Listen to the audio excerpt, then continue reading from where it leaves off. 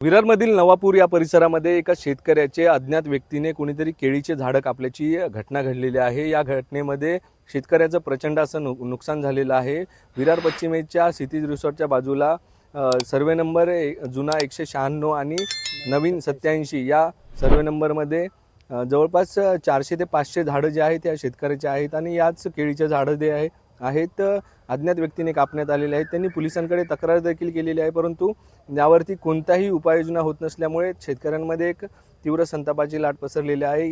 याआधी देखील या शेतकऱ्याचं प्रचंड असं नुकसान करण्यात आलं होतं, परंतु महसूल प्रशासन आणि पोलीस प्रशासनाकडून कुठेही यावरती कारवाई होत नसल्यामुळे तीव्र संतापाची लाट पसरलेली आहे। नेमक्या या शेतकऱ्यांनी काय प्रतिक्रिया दिलेल्या आहेत ते देखील आपण पाहूया। माझं नाव प्रकाश केशव केली। आता काय झाले नेमकं? काय झाडं तेव्हा पण 6 महिने अगोदर पण कापलेली, आत्ता पण कापतात आणि कोणी कापलेलं ते पोलीस पण काय व्यवस्थित आम्हाला प्रस्थान देत नाही। आम्ही करू तरी काय आता? करायचं तर करायचं काय? 6-6 महिने पण रात्री येतात ना कापतात। आम्ही आहे तिकडे, कोणी कापल्यात त्याचा आनंद म्हणजे बघू शकलं नाही, त्यामुळे त्यांचं आम्ही नावं घेऊ शकत नाही। आम्हाला अंदाज आहे, पण ते नावं काय आजूबाजूवालेच आहे तिकडचे, पण बोलायचं काय सापडत नाही ना। रात्री येतात ना, चोरीने कापतात, लुस्कानच करायची। आता आमचं काय करायचं तरी काय? आम्ही लोकांनी करायचं तरी काय? आणि पोलिसांना आता NC पण टाकली आता आम्ही जाऊन, पण ते अजून प्रस्थान का देत नाही। ते सांगते तुम्ही कॅमेरा लावा, हे लावा, ते लावा। कुठे तुमची शेती आहे? किती झाडं? हे क्षितिज रिसॉर्टच्या बाजूला आहे। 100-125 झाडं कापली रातोरात। 6 महिन्याच्या नंतर परत कापली। आता ही झाडं झाली मोठी, परत कापली। रात्री येतात ना कापतात। आता आम्ही राखण करायची तरी केवढी? करायचं तरी का? आम्ही लोकांनी आजूबाजू आले आहेत, पण ते समोर येत नाही ना। चोरी कोणी करते? कुठून तरी लुस्कान, त्यांचं पण भलं होऊ दे, त्यांचं पण भलं होणारच आहे। काय केलं आहे तेवढं त्यांना भोगायलाच लागेल। ते सगळं भोगणं त्यांना आहेच 100%। ज्यांनी केलं आहे त्याचं भोगणं 100% त्यांना करायलाच लागेल। ते दुसरा काय पर्यायच नाही। करणार काय? आमचे लुस्कानच करतात, आमची जीवावरच पेटल्यात। करणार तरी काय? आम्ही करू तरी काय? किती झाडं लावलेली तुम्ही? 100, 125, 150, 200, 300 झाडं आहेत, पण 100, 125 झाडं कटिंग केली। हां, 300-400 झाडं आहेत सगळी, पण 100, 125 झाडं रातोरात कापली, रातोरात। आता काय मागणी आपली? आता तेच आमचे लुस्कान कोणी भरायचे? लुस्कान भरून कोणीतरी दिली पाहिजे। काय करायचं तरी काय? आम्ही आता काय तक्रार वगैरे केली? तक्रार केली पोलीस स्टेशनला जाऊन तक्रार केली, अर्ज दिला, लेखी अर्ज दिला आम्ही। असं झालेलं आहे। पोलिसांनी आम्ही येऊ असं झालं ते। हां, माझं नाव सुभाष किनी। सुभाषजी, काय झाले? कुठे जागा आहे आपली आणि काय घटना घडली? आमची क्षितिजच्या बाजूला सर्वे नंबर जुना 196 आणि नवीन 87, एकूण आमची 50.2 गुंठ एवढी जागा आहे। आणि आमच्या जागेवर बरेच जण टपलेले आहेत।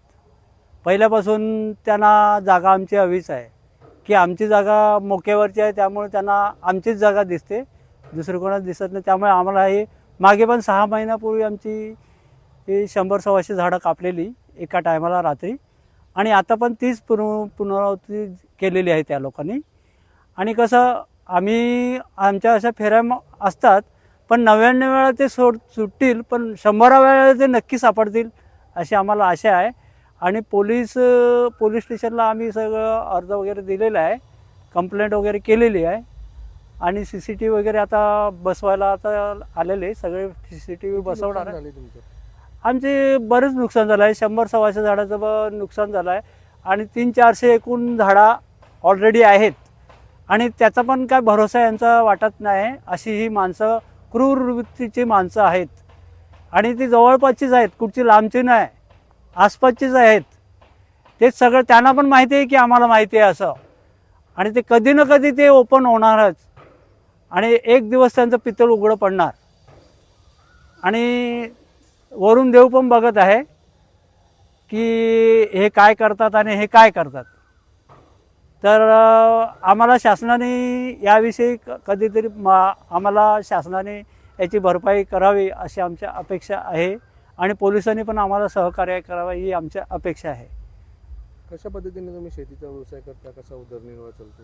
आमचं हे केळी वगैरे लावतात, त्याच्यात केळीमध्ये दुसरं काय काय लावतात, पण हे लोक आम्हाला असं जगू देत नाही। त्यांना वाटले आम्हाला जागा विकली पाहिजे किंवा आम्हाला दिली पाहिजे।